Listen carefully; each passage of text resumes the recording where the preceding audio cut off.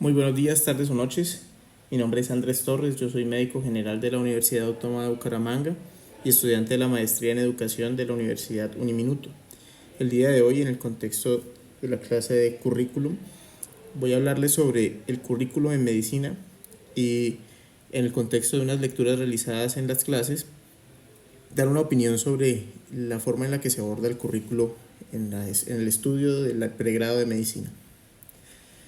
Para definir currículo, pues se han dado muchas definiciones. Yo me quedé con una del texto de teoría y diseño curricular, en el que habla sobre una definición general y dice que el currículo son todos aquellos esfuerzos que realiza la escuela, padres de familia y comunidad educativa para que los estudiantes al final del año logren sus objetivos. En el contexto universitario, cambiaría yo algunas palabras para decir que son todos aquellos esfuerzos que realiza la universidad y el estudiantado, así como los profesores, para que los estudiantes al final de la carrera logren alcanzar los objetivos propuestos y las habilidades necesarias. En medicina sucede algo que es interesante, alguna vez discutiéndolo con unos profesores de otras materias, de otras carreras, perdón, decían ellos que a veces sentían que muchas de las materias que ellos enseñaban al final sentían que eran de relleno. Y en medicina yo siento que no sucede esto porque al final acaba siendo más bien poco el tiempo que tenemos para estudiar todo lo que uno quisiera. Y lo digo porque la medicina no solamente es el estudio del cuerpo humano, las enfermedades y los tratamientos, sino que abarca otra serie de cosas que a veces en el pregrado se ve como si fueran las materias de relleno, porque no son lo que tradicionalmente se conoce como el quehacer del médico. Por ejemplo, con relación a las matemáticas tenemos el estudio de la epidemiología, y en relación a los factores sociales, políticos y económicos tendríamos a la salud pública, entre otras muchas áreas. Por ejemplo, también está medicina laboral, que también tiene que ver con una parte legislativa, así como medicina forense. Y a veces en el pregrado uno se queda sin el suficiente tiempo para poder estudiar todo. En ese orden de ideas, pues el currículum general que se propone a nivel nacional está dado por una serie de normativas a nivel nacional que se han desarrollado en conjunto con el Colegio Colombiano de Medicina, y ellos proponen unas, digamos, unas materias que son obligatorias, pero existe un cierto margen de flexibilidad curricular que puede ajustar la universidad según cuál sea su orientación y su política, su plan de estudios y demás. Y esto, esto está bien porque de alguna manera garantiza que cada universidad enseñe más o menos lo mismo y que todos los médicos salgan al final con una serie de competencias que son, digamos, homogéneas entre nosotros. Y pues aquí está la pregunta de por qué nos especializamos. Resulta que, como yo mencionaba previamente, 6 años no son suficientes para abarcar tanto.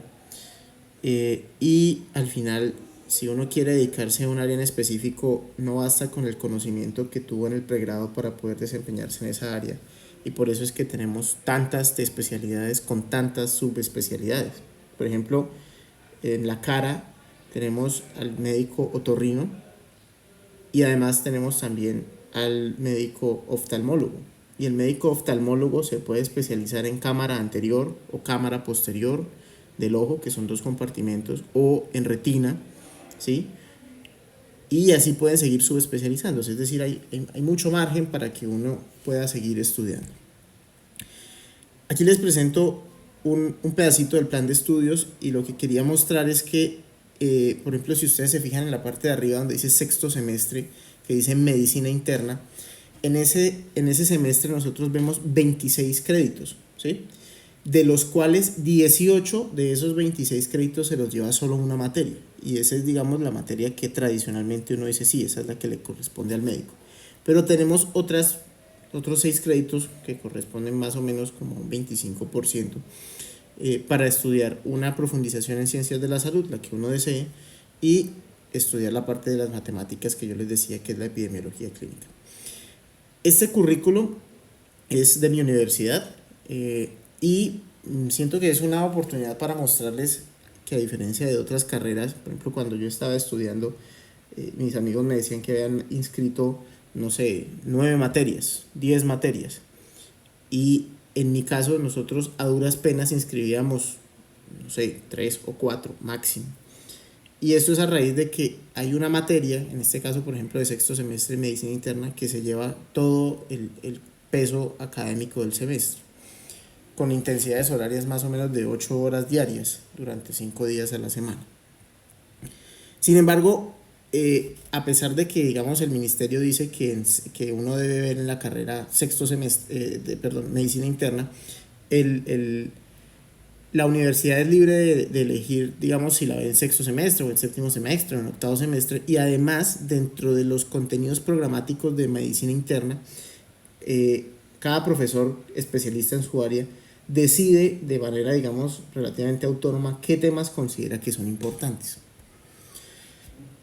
Por ejemplo, en el semestre de cirugía se imparte la cátedra de anestesia en algunas universidades. En otras no, pero una competencia que sí o sí debe tener el médico general es la de intubación y manejo de la vía aérea, porque cualquier médico que se desempeñe en urgencias puede llegarse a haber enfrentado a la situación de que el paciente necesite que le pongan un tubo en la tráquea para que pueda respirar, porque si no se muere. Y siendo una competencia vital, entonces se espera que todos los médicos lo sepan y hace parte de las competencias que uno debe tener cuando se gradúa. Sin embargo, pues existe una problemática, y esto que traigo aquí es una gráfica de un estudio que muestra que a pesar de que el manejo de la vía aérea sea un tema universalmente aprobado en los programas de medicina, no siempre los médicos desarrollan las habilidades y las destrezas y los conocimientos para abordarla adecuadamente. Entonces este es un estudio en el que nos muestra el porcentaje de cumplimiento de las competencias evaluadas en relación a la vía aérea de un estudio en el 2011 con estudiantes de medicina del último año, y eso se realizó en simulación de modelos anatómicos. Entonces, ¿qué quiere decir esto? Que, no sé, así como haciendo un paralelismo, uno espera que un estudiante de bachillerato salga con competencias de lectura crítica, y uno le pone un texto y se da cuenta que no lo consiguió. Asimismo, se han dado cuenta que uno espera que un médico salga con competencias de manejo en vía aérea y no lo consiguió. Entonces, ¿qué se ha planteado para esto? Pues dentro de las propuestas curriculares se ha tenido que cambiar la forma en la que se aborda el tema, y se ha demostrado que, siendo el manejo de la vía aérea una actividad eminentemente práctica, debe cambiarse el modelo de enseñanza teórico a uno teórico práctico. Y en ese orden de ideas se han empezado a implementar uso de simuladores, de escenarios clínicos diseñados y de talleres con modelos realistas.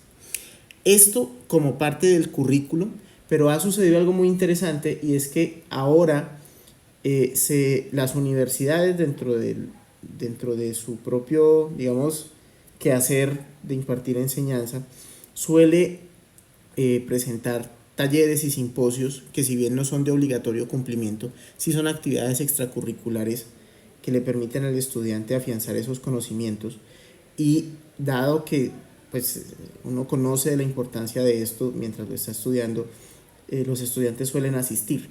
Y esto me llama la atención porque, de alguna manera, esas falencias que no se han podido cubrir dentro del currículo, bien sea porque no se dispone de suficiente tiempo, generalmente es por el tiempo, ¿sí? Porque pues ahorita yo estoy hablando de vía aérea, ¿sí? Pero es que en medicina, digamos que de alguna manera todo es importante. Entonces, si uno se concentra mucho en que el médico sepa intubar, de pronto se le van a olvidar, no le va a dedicar suficiente tiempo a otras cosas. Entonces, en ese orden de ideas, las actividades extracurriculares, digamos, hablando del currículo estrictamente lo que la universidad imparte normativamente, se han venido desarrollando actividades extracurriculares que permiten complementar esos conocimientos. Este es un artículo que está ubicado en PubMed, que es la biblioteca de medicina más grande del mundo, en el que hablan sobre el uso de la simulación en la pandemia en las unidades de cuidado intensivo pediátricas españolas y sobre los nuevos retos de educación médica. Y en la parte de abajo ustedes pueden ver que dice lo siguiente: la educación médica basada en la simulación permite que el clínico adquiera habilidades en situaciones graves y poco frecuentes sin perjuicio para el paciente. Cobra todavía mayor importancia ante situaciones de emergencia en salud pública inesperadas como la pandemia. Y es así como la malla curricular se ha venido modificando. En este caso específico que decidí yo tratar sobre la vía aérea, para que ya no se trate el tema solamente como una serie de diapositivas en la que le dicen, mire, usted tiene que hacer esto, poner estos medicamentos, ubicar al paciente así, meter el tubo así y demás, sino que ya se vaya con modelos anatómicos para que los estudiantes puedan practicar. Así pues, para hablar del currículo en medicina, entonces yo considero que hay cuatro factores o entes que intervienen en el desarrollo del currículo, que uno es la normativa nacional que dicta que sí o sí tiene que verse algunos temas. Pero además, ahí que pena, no es pensamos universitarios, sino el profesorado, el currículo, el pensum universitario. El pensum universitario que yo les mostré, que sería este. Entonces, por ejemplo, aquí dice que dentro del pensum en sexto semestre hay que ver medicina interna.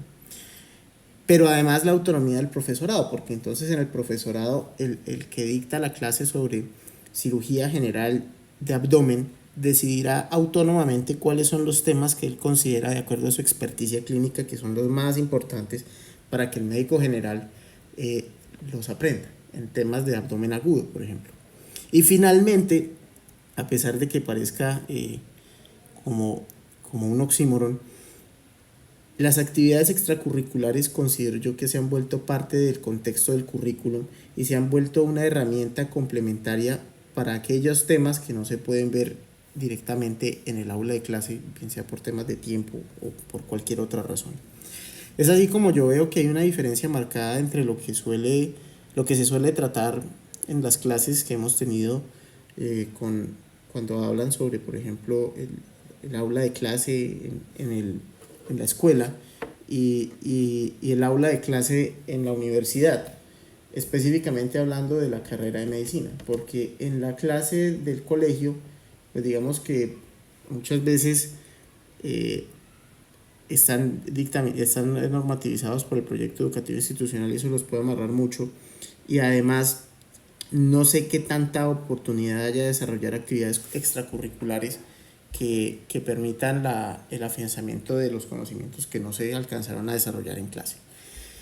Bueno, como conclusión, considero yo que siguiendo las normativas y orientado por la experiencia y el criterio de los profesores, se imparten los contenidos temáticos que se consideran relevantes para la práctica médica y se dispone de actividades extracurriculares impartidas en el contexto universitario para reforzar esas competencias. Muchísimas gracias, quedo atento a todos los comentarios y espero que esto sea una oportunidad para reflexionar sobre la práctica de la enseñanza en medicina y cómo se abordan los temas, en especial para pensar en cuáles son los temas a los que mayor preponderancia y relevancia se le debe dar, sabiendo que a costa de dedicarle más tiempo a un tema, se puede terminar dedicándole menos tiempo a otro. Muchísimas gracias y que estén muy bien.